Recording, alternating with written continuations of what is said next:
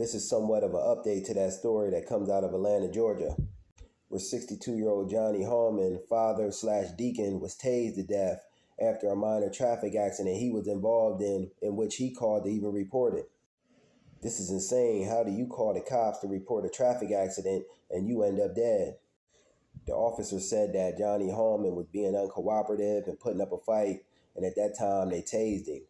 And a regular citizen who wanted to play the role of a cop held brother Johnny Harmon down so police could get him into custody. This is insane. They need charged with something as well.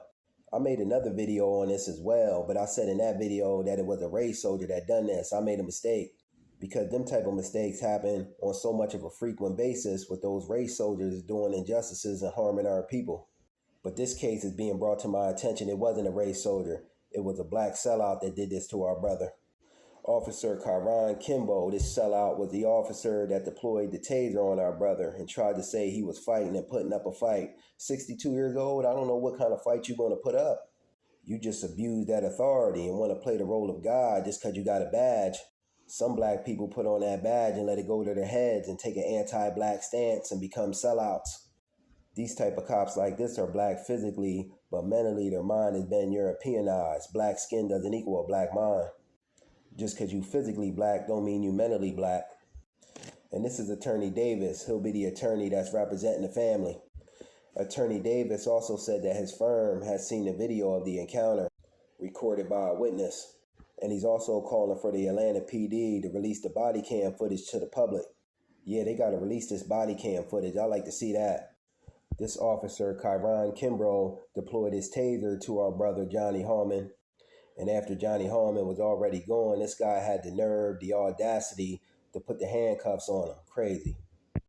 He knew our brother was already gone and wanted to put the handcuffs on him just cause. Apparently, from some information I found, the police academy, when you're in training, they give you knowledge on when and when not to deploy your taser and who not to deploy your taser on, such as very young people, elderly people that are up in age. Apparently, this guy's common sense went right out the window when he tasered to death deacon brother Johnny Harmon. Come on now, you taser an elderly 62-year-old deacon to death? Your common sense should have kicked in. Apparently, you have none to taser a 62-year-old man. You should have known his heart couldn't withstand this. And on top of that, he had breathing problems because the man had asthma. Yeah, in my book, this cop is liable and needs charged with something, even the bystander that helped hold him down. The family even needs compensated. They need their just due. But I know that won't account for the loss of brother Johnny Harmon. This is how dirty and corrupt the police and the government are.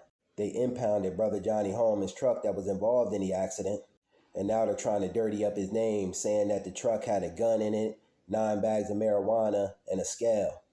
The family spoke out and said that the truck was used by many family members and that the contents of the truck wasn't brother Johnny Harmon's.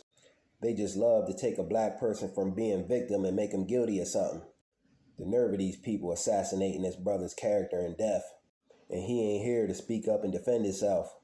And I don't even believe nothing these people say. They could just be making all this stuff up about the stuff being in the car. We got to see proof, receipts.